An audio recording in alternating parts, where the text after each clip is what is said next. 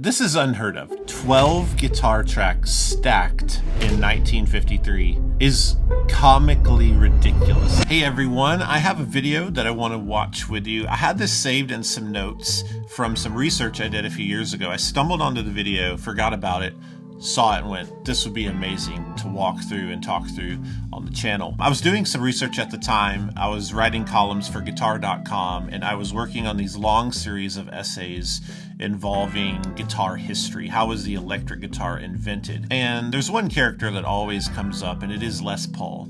And to any guitar historian I've ever talked to, anyone who studies how the guitar was invented and evolved, Les Paul is a very frustrating character because he takes credit for a lot of things. He was very good at not saying, no, I didn't do that. He would just let people talk. Now, he did not invent the electric guitar, and he did not even design or invent the Les Paul, but he did do a lot of work that he should get credit for. And one of those things is tape delay and chaining together tape machines to create echo. This is a massive deal and very, very important. And this video we're about to see is from CBS, October 1953.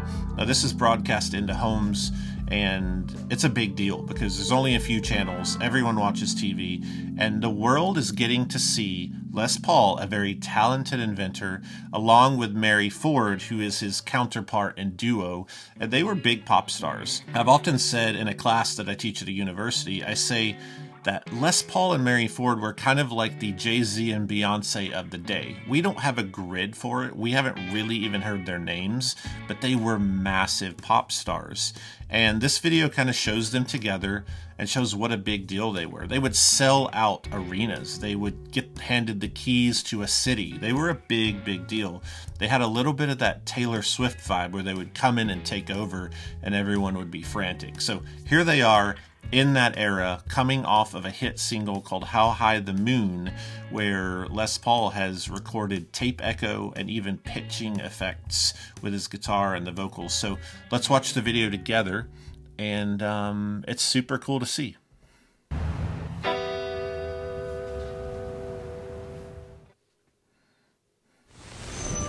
Alistair Cook and the Fourth Omnibus.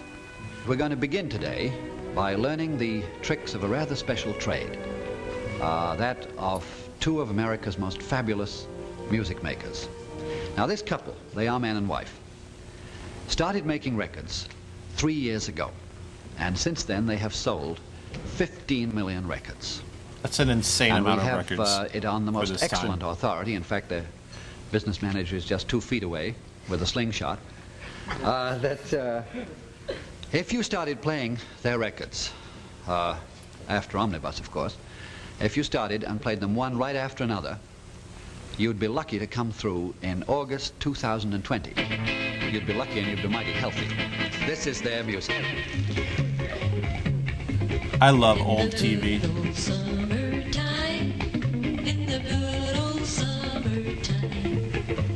Now, if the sales figures are...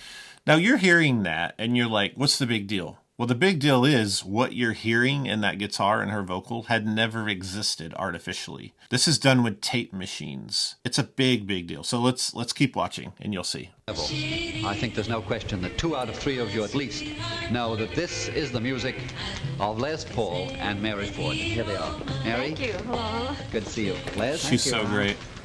Les in his suit with his probe pocket the mystery of the handkerchief. The Pauls. Of course, I know you're very rich and you've made an awful lot of records and you have charm as well as and money. But what we want to know about is this.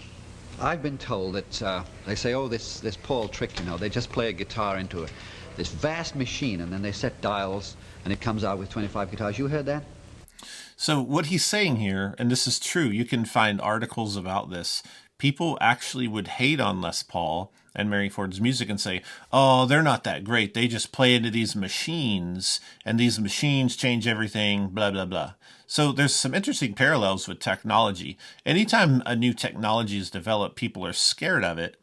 And creative people that embrace it end up doing things that have never been heard, and then other people hate it. So there's this pattern that goes on and on and on forever, whether it's tape echo or fuzz pedals that Hendrix used or whatever. You could take this all the way into AI, I guess, if you wanted to pitch that argument. But this is an interesting program here where right off the bat, Les Paul and Mary Ford are here to clear themselves of the claim that they're not any good and that they're using tricks. Super cool. Well, there is a widespread belief that they use this electronic machine that is about as simple as a cyclotron. And we have a model here just to show you what this popular conception is of their music. Now, Les, show us how it works. All right. First thing we do is we take a guitar. A Les Paul, a gold top. And I play a part of the song. Wait just a second, Les. Can you tell me what all these things mean? I mean, this is mighty impressive, and here's the radar screen. Well, yeah, this, for instance, here, that cuts off. Okay, so hopefully you're like, what the crap? They're making a point. They're being goofy and trolling. They were good entertainers. This is such a cool little thing to see them do. 600 ohm line. This is frequency control here, and this high and low pass filter. And you have to have a tweeter and woofer speaker to hear it played back. And if you got a cinema flutzer, of course, you can raise and lower each end. Cinema flutzer? Well, let's see what comes out. Well, it's just about ready. That's funny.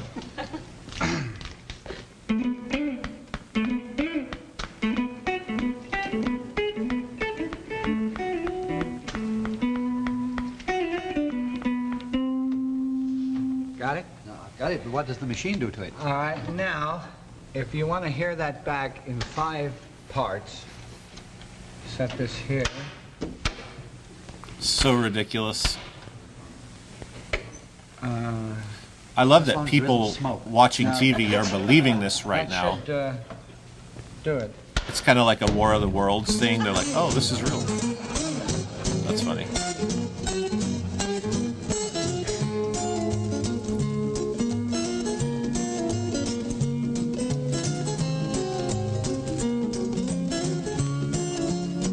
So that's the song recorded. Someone's back behind it playing it. But that is so crazy for 53. You have these octave guitars. You have slap echo. I just need y'all to know, you got to go back to 53 and realize this is bonkers cool. Well, that's the easiest way to make money if you get the patent soon enough, I say. Does this work with voices? I mean, can Mary sing yes. and it will come out as the Hallelujah chorus or something? Oh, sure. Sure. Would you like to hear Mary sing indeed. into it? I'll start with one part, right? Fine. Okay. A flat. Uh-huh. Hear them bells, don't you hear them bells? They are ringing out the She's so glory good. of the land. Hear them bells, don't you? Mary Ford is arguably, and I could do this with a lot of evidence, the most underrated guitar player in the history of modern guitar. Mainly because she's so good. When you see her play guitar, and there's a lot of videos out there, I encourage you to go Mary Ford YouTube to death. Go find it. She lived in the shadow of Les Paul, and Les Paul was a very prominent jazz guitarist. And they were married. They weren't originally, and they started performing together. They get married. And she actually never enjoyed any of this. If you read her biographies or any history about her, she was quite miserable by the end of their fame. But she lived in his shadow. She was incredible. I just want to throw that out. Like, she is a lost person in the history of guitar, and it's really sad. Such an amazing, talented guitarist and singer. Bells, they are ringing out the glory of the land. Huh? Well, fine, but now what happens? Well, now I do the same thing if you want to hear it back. This, of course, is in one voice. See, I want to multiply that 3.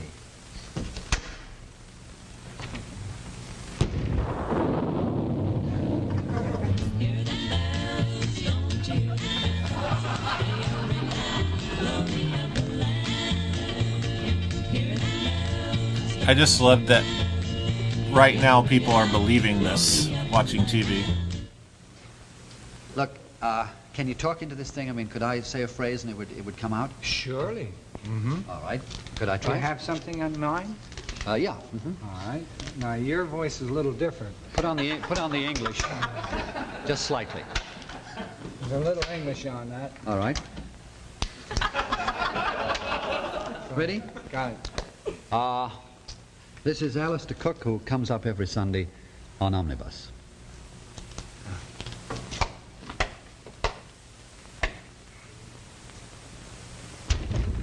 This is Alistair Cook, the lad what comes up every Sunday on omnibus. This is a fake, this whole thing, isn't it? You asked for it. Yes, it is. Well, you see, ladies and gentlemen, It's a fake. this is the final demolition of this popular and ignorant rumor that the basis of Les Paul and Mary Ford's music is electronics. They make music the way people have made music since the world began.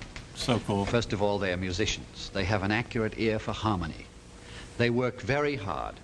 They have a lot of patience, and they take advantage of the trick, which, granted, electronics makes possible, that you can record one part of a song, and then you can play it back to yourself, and then you can accompany that part and keep on recording. That, I think, is the basis. Now, quite seriously, they've... Again, this wasn't a thing. You didn't record and play it back and record on it. Like, we're like on GarageBand on our phone. No one had seen this. And so I just loved it. This is such a moment in history for guitar technology, recording technology. It shows you how people were just not cool with this. They thought they were cheating, which is so silly. It's just such a really cool moment to go back in time and remember. It hasn't always been the way it is, and I think it helps me, and it should help you appreciate all the tools and gear that we have, because more than the invention, they had to go through people even hating on them for the invention, which is wild. They have a setup which is nothing more than tape recorders in their own home, and in fact they are working day and night. We just grabbed them because they have their own television show, but maybe they've got time to tell us this. You should go watch the Les Paul Mary Ford show. On to B. Seriously? Seriously, on the level. We turn the tape machines on. They're just a standard, this. regular Ampex tape machine, you know. And we play the first part on the guitar. This is the rhythm part. Goes, now, Could we hear that back? yeah. Just to be sure there's Have to no have some earphones. trickery here? Yeah. Now you can hear that on here. Well, sounds practically the same. Almost. All right, now, what do you do? Almost. Now you put your earphones on and you play another part to it, is that right? This is so foreign to everybody. Earphones, like, Put these things on. to track multi-layers, it's very foreign. Let's see. All right, I'll play the second part to this. Yeah, they're both. All right. You play all this to Mary, is that right? Or does she do it separately? Well, Mary will hear the part that's already made, and then she sings onto it. I see. First I'll we'll make put... the first part first. Okay, fine. All set, Mary? Give me a G chord. All right. Somewhere there's music, I'll paint the tune. Somewhere there's heaven, So cool. how high the moon. Look at Les's face. Now This I'll is add like- a tenor part to that. All right. Wait a minute. You're on. Okay. Somewhere there's music, I'll paint the tune. Somewhere there's heaven, how high She the does that moon. so effortlessly. Well, how long can this go on without getting awful confused in your head? Or Gets pretty confused. Being cued by your husband. Well, would you like to hear the third part? Yes. Alone. Yeah. Oh, I And see. he'll record it, and then we'll put them all together. Fine. Okay. Somewhere there's music, I'll paint the tune. Somewhere there's heaven, how high the moon. You see, don't sell that part short, because we send that over to Arabia, and we can't even fill the back orders. Just alone. Yeah. It's Now, like- how many tracks? like old what's the school most tracks comedy. you've ever made? Well, the most that we've put out on the market is 12 guitars and 12 of Mary singing. Does that mean This is unheard of. 12 guitar tracks stacked in 1953 is comically ridiculous. Like, no one realizes this. No one talks about this. It's bonkers. He was such a creative, inventive mind. It's really wonderful. 24 tracks? Very good. Well, could you play that back to us and maybe put in a 25th? Sure. Just to earn Well, your- it'll actually be 26, because Mary will sing one and I'll play one. That's to keep 26, it 26 tracks of How High the Moon. 26 All right. parts. All right. 26 parts. All right. recordings. Well, Potts, take it away. Be sure to go listen to that song after Okay. this. Spotify or Apple Music has it. This song. Somewhere there's music, I'll paint the tune. Somewhere there's heaven, how high the moon. The slap guitar. No moon above, love is far away too. Till it comes true that you love me inside of you. Somewhere there's music, I wonder how far. Somewhere there's heaven, it's where you are. The darkest night would shine if you would come to me soon. And until you will, still my heart, how high the moon. He's having a blast.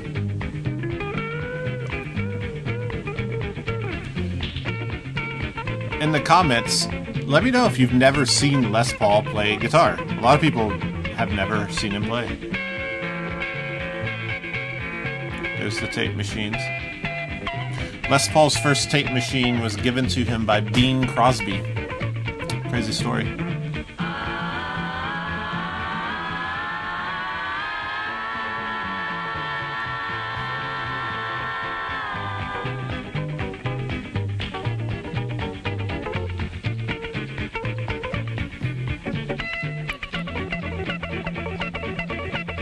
Hot lit. Somewhere there's music, I'll play the tune. Somewhere there's heaven, how high the moon.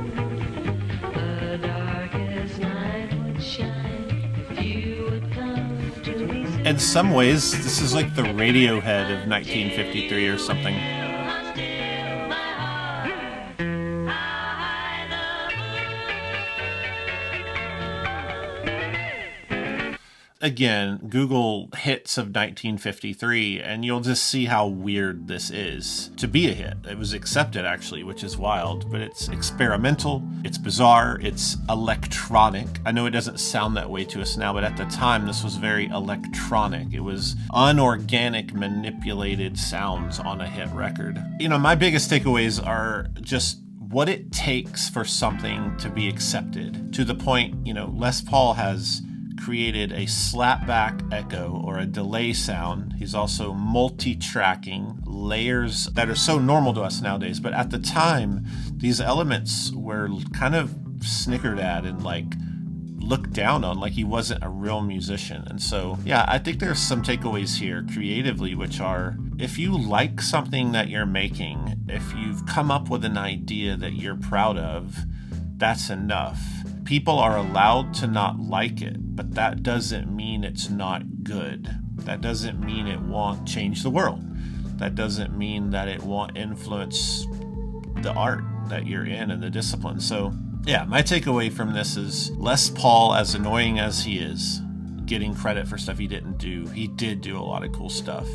So that's number one. Number two is Mary Ford is amazing. I would rather see her all day sing and play. Sad we didn't get to see her play in this video, but maybe I'll do another response video of her playing. And number three is what I said about creativity. Just because people don't like something or they're hating on it, like they did this, it doesn't mean it's not going to change the world, which this did. Multi-track recording and delay.